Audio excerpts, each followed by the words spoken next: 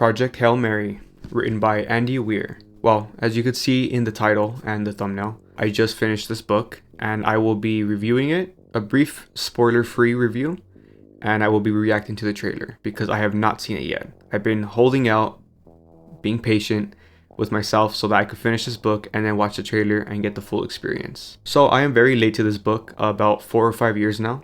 I'm not a sci-fi reader. As you can see, I do read a lot, but I don't read sci-fi whatsoever. Like, I think honestly the only sci-fi I've ever read is 1984. That's technically sci-fi, you know? Sci-fi just isn't my thing when it comes to literature, but sci-fi cinema, that is absolutely my thing. I love the concepts it explores. I love the way it explores humanity, the philosophy that usually comes from sci-fi. I just love all that. And the reason why I'm reading this is because of the YouTuber Robert Meyer Burnett. He has sung the praises of this book and he really convinced me. I really respect that YouTuber. I love everything he has to say about cinema, about books, about storytelling. I just really appreciate what he has to say and I respect it. And I really like The Martian. I haven't read the book, of course, but I really enjoyed that film and the tone was interesting. So the way he described Project Hail Mary was E.T. meets Arrival meets Interstellar, and I love all of that. So I was just like, you know what? I want to do this. Usually when there's a book adaptation, I don't really care to read it before the film, unless I watch the film and fall in love with it. Like The Girl with the Dragon Tattoo. I have read that book because of the film. I never read a book to watch a film. This is my first time. And I really love the book. It's not perfect for me, for my taste, but I loved it. I got a lot out of it. My initial reaction is just satisfaction and wondrous awe and joy. Like, I really love the ending. I really love that it went for it.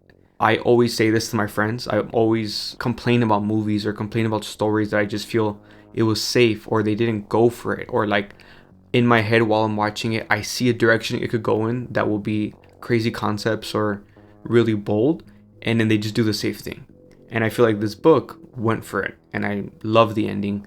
It made me tear up a couple times towards the end, but of course the whole tone is funny and I really enjoyed the optimistic, humorous tone throughout the entire book. I love that this book is doing many things that I have seen before in cinema, but it's combining all these things in a way that is unique, and that's why it's a good story. So we'll see in the trailer. I still don't know what exactly they show.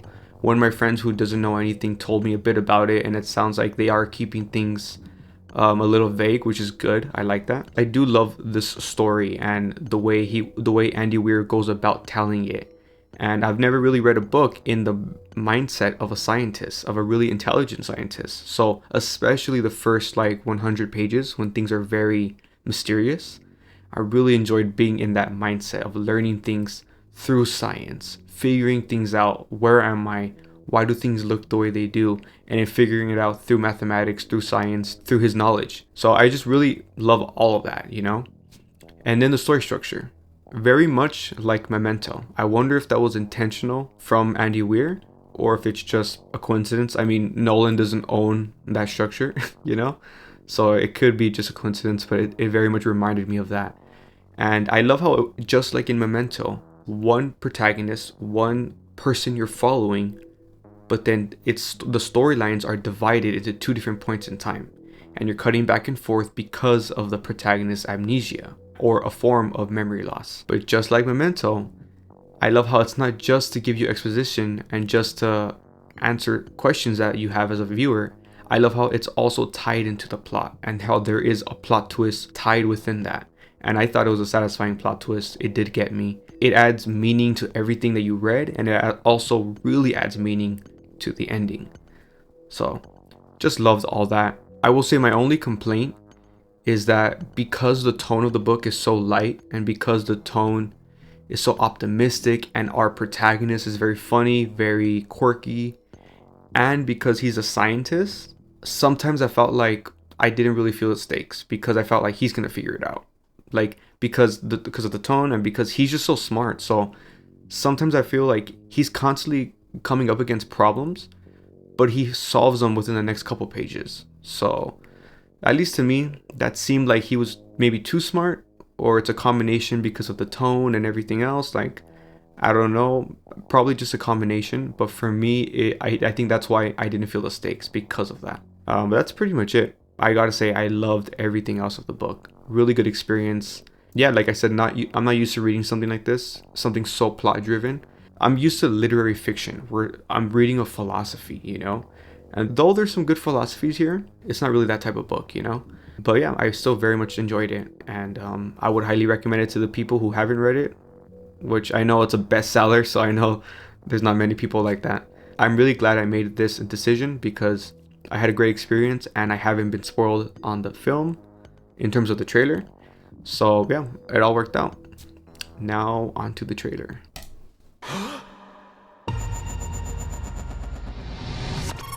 Please state your name. Robin Grace, I just woke up from a coma. I'm several light years from my apartment. And I'm not an astronaut. I'm not an astronaut. I'm not an astronaut. If you don't go, you die. With the rest of us. The sun is dying. I gotta say, I'm a little on the fence with Ryan Gosling's casting. I'm just a teacher at Grover Cleveland Middle. You have a doctorate in molecular biology. I need you to come with us. This is Project Hail Mary. The sun is not the only star dying. Every star was infected by its neighbor, except one. Why? We don't know. Which is why we built a ship to go there and find out. It's 11.9 light years away. The astronauts die in space. It's what you Americans would call a long shot. Hail Mary. I get it. Who on earth is going to sign up for this? If we do nothing, Stratism. everything on this Ooh, planet will go extinct. I know what that means. You'll find a solution. Stratus You are perfect my casting. solution.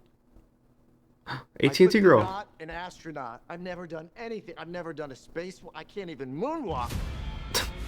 Oh shoot, Lionel from the Bear. The hell, Harry Styles?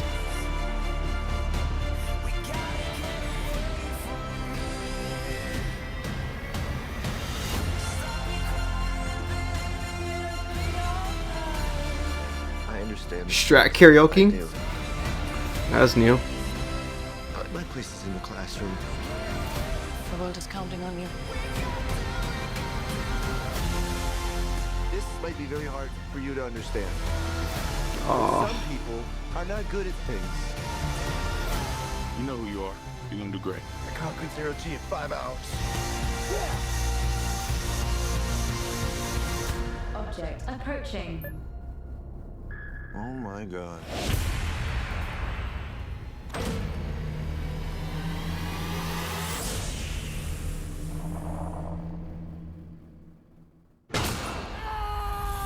So, I met an alien. He's kind of growing on me. At least he's not growing in me, you know, which was a concern for a little while.